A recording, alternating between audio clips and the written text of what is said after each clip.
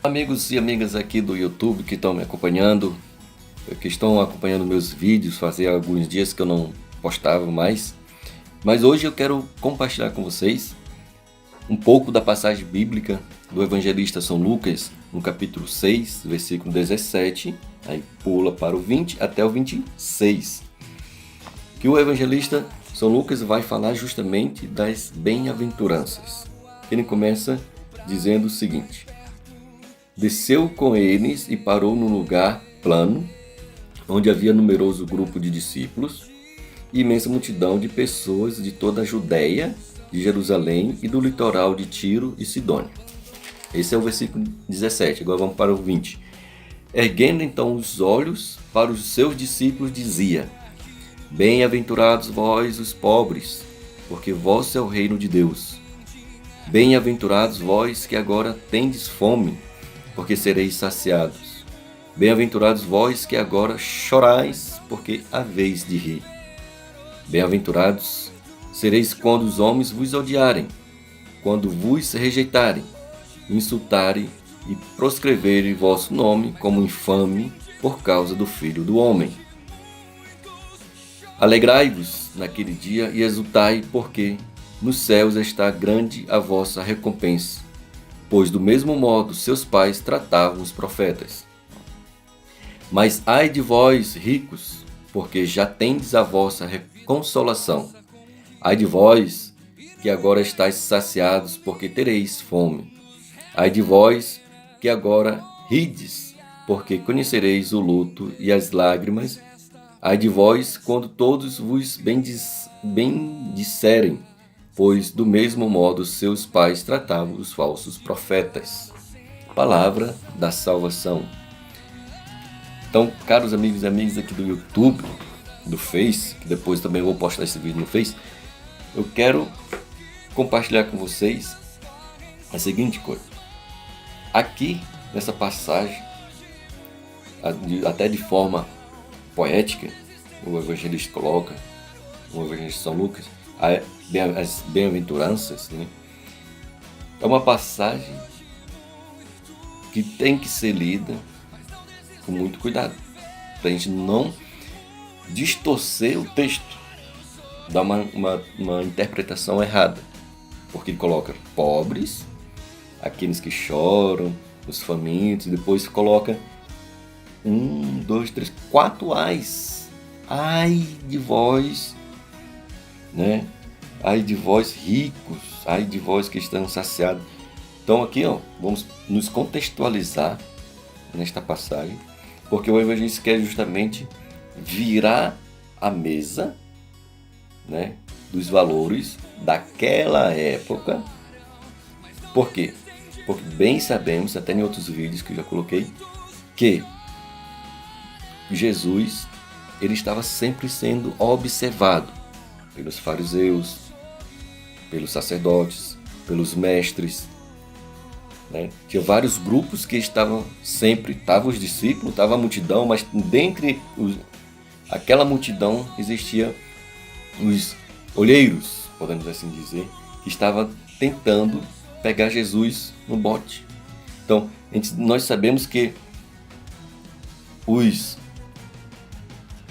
mestres, os sacerdotes, os fariseus, aquele grupo de pessoas ali, eles eram pessoas ricas, eram pessoas de posses, de poder, né? E os pobres aqui eram pessoas totalmente excluídas, totalmente estavam na margem da sociedade, não tinha vez, não tinha voz, né? Eram pessoas que eles não davam a mínima importância. Então Jesus,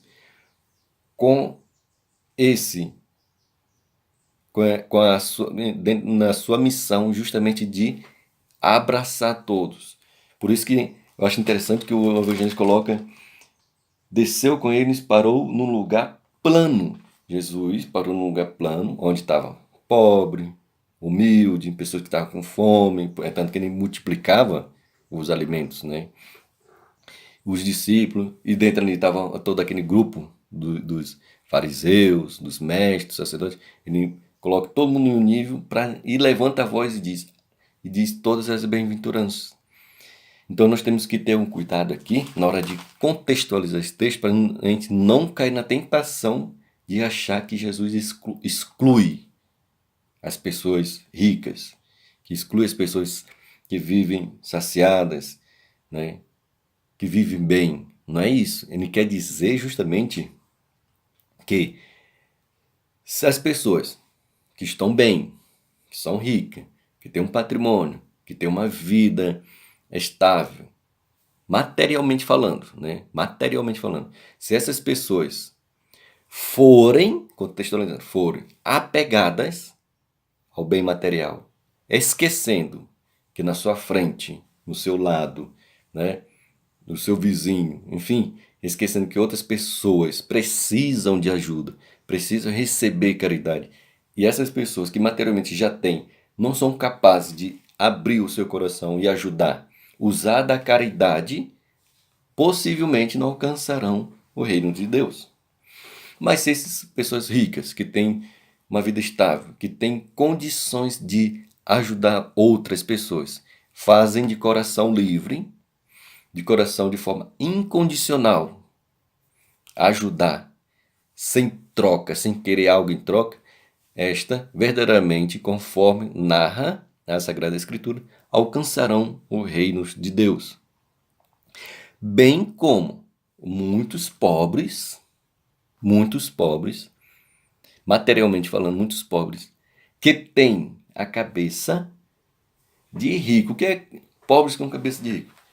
Não tem onde morar, não tem alimento, não tem emprego, nada. Mas quer se apresentar como se algo tivesse materialmente, agir como se fosse rico, como se fosse pelo menos, né, tivesse uma certa condição, eles também correrão o risco de perder o reino de Deus, porque não se reconhece ou não se aceita. Então eu quero dizer para cada um de vocês, interpretando essa passagem bíblica aqui, que as bem-aventuranças que Jesus coloca, que ele levanta a voz e coloca bem-aventurados os pobres, bem-aventurados os que choram, justamente porque naquela época esse grupo de pessoas era excluído totalmente da sociedade. Então o que lhes restava? O que restava para esse grupo de pessoas que eram afastadas da sociedade? Buscar Deus, buscar depositar em Deus a esperança de dias melhores, de dias felizes, né? Buscar em Deus tudo aquilo que eles não tinham materialmente. Então, são pessoas que acabavam, e contextualizando hoje, acabam nos ensinando que nem sempre só o material basta, e nós temos que buscar força e esperança de dias melhores em Deus. Então, se nós verdadeiramente buscar sempre ter nosso olhar, né, voltado para Deus, ainda que nos falte material, ainda que por alguma razão passamos ou vivemos algum momento de dor, de sofrimento, nós temos que procurar Deus para nos fortalecer, para nos dar aquilo que nos falta.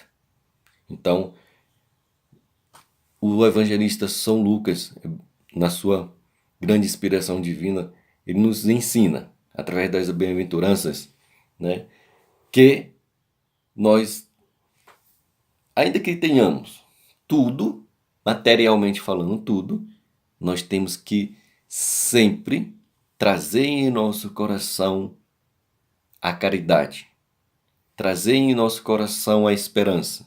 Sim, para aqueles que já têm, né, o material, que não nos falte nada, mas tem que viver a caridade. E viver a caridade é ajudar o próximo sem querer nada em troca.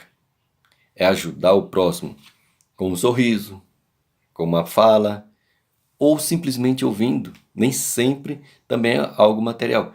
Algo material também, se você tem, se eu tenho, né? E nós abrimos o nosso coração para ajudar, vamos ajudar. Por quê? Porque cada um de nós, de alguma forma, precisamos sempre de ajuda. E lhes digo, ninguém, nenhum ser humano é tão rico que não tem nada a receber. E ninguém é tão pobre que não tem nada a dar. Refletimos, porque ainda que pensamos, ainda que achamos que somos tudo, ou que somos algo assim transterrestre, nós sempre precisamos um ou de outro. Então, se é materialmente e se eu possamos ajudar, vamos ajudar de forma incondicional. Se é espiritualmente, vamos ajudar também.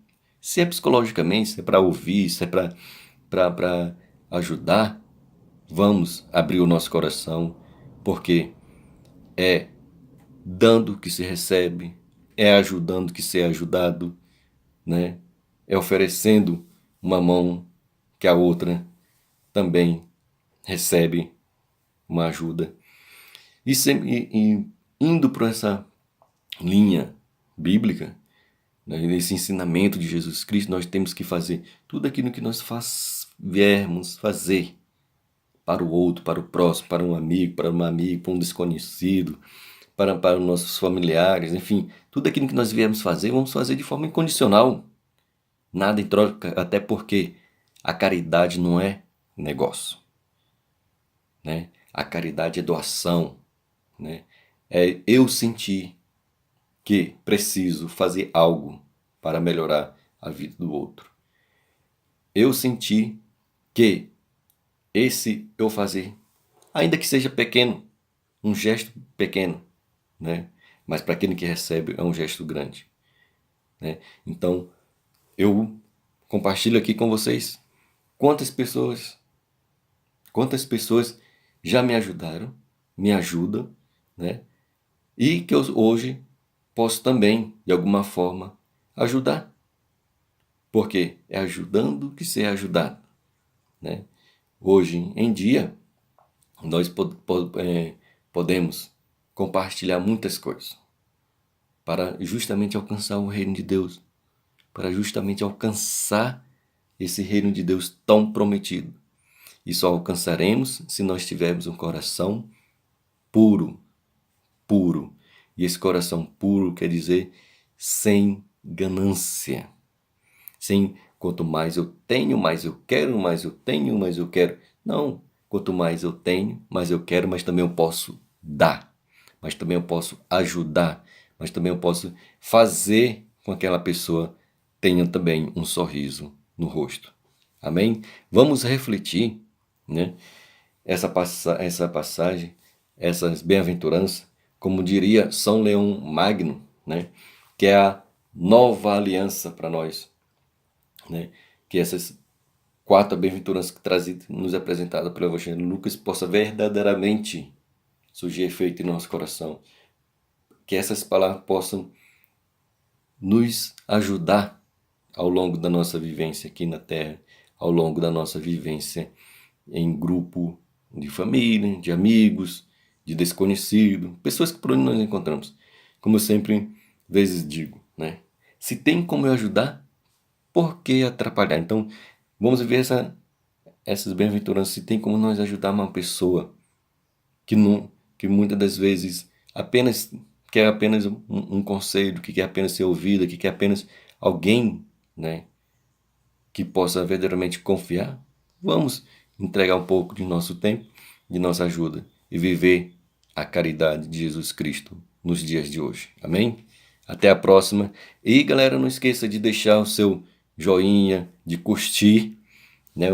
E deixar lá e tocar o sininho. Se inscreva no meu canal para que também nós possamos alcançar outras pessoas, que o Evangelho de Jesus Cristo possa ser verdadeiramente anunciado, compreendido e vivido nos dias atuais. A Deus seja louvado.